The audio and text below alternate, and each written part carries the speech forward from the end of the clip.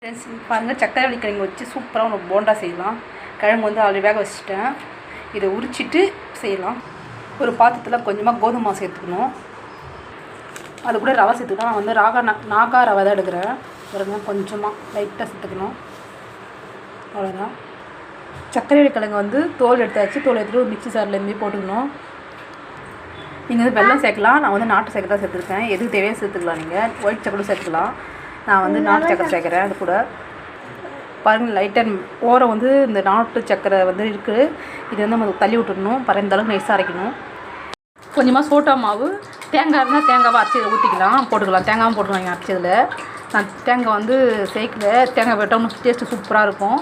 பாருங்கள், ஒரு 5 நிமிஷம் வந்து நான் ஊற வச்சுருக்கேன். இப்போ வந்து ஒரு பக்கம் வந்து எண்ணெய் காய வச்சுருக்கேன். பாருங்கள், எண்ணெயில் அப்படியே கொஞ்சம் கிள்ளி போட்டிருக்கேன்.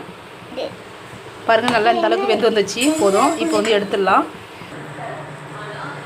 பாருங்கள், ரொம்ப சூப்பராக ரெடி ஆகிடுச்சு. எவ்வளோ இந்த அளவுக்கு நல்லா வேக வைக்கணும். சாஃப்டாக இருக்கும். ரொம்ப சாஃப்டாக பாருங்கள். உள்ள டேஸ்ட்டு சூப்பராக இருக்குமா ட்ரை பண்ணி பாருங்கள். பாய். பிடிச்சா சப்ஸ்கிரைப் பண்ணுங்கள், லைக் பண்ணுங்கள். பாய்.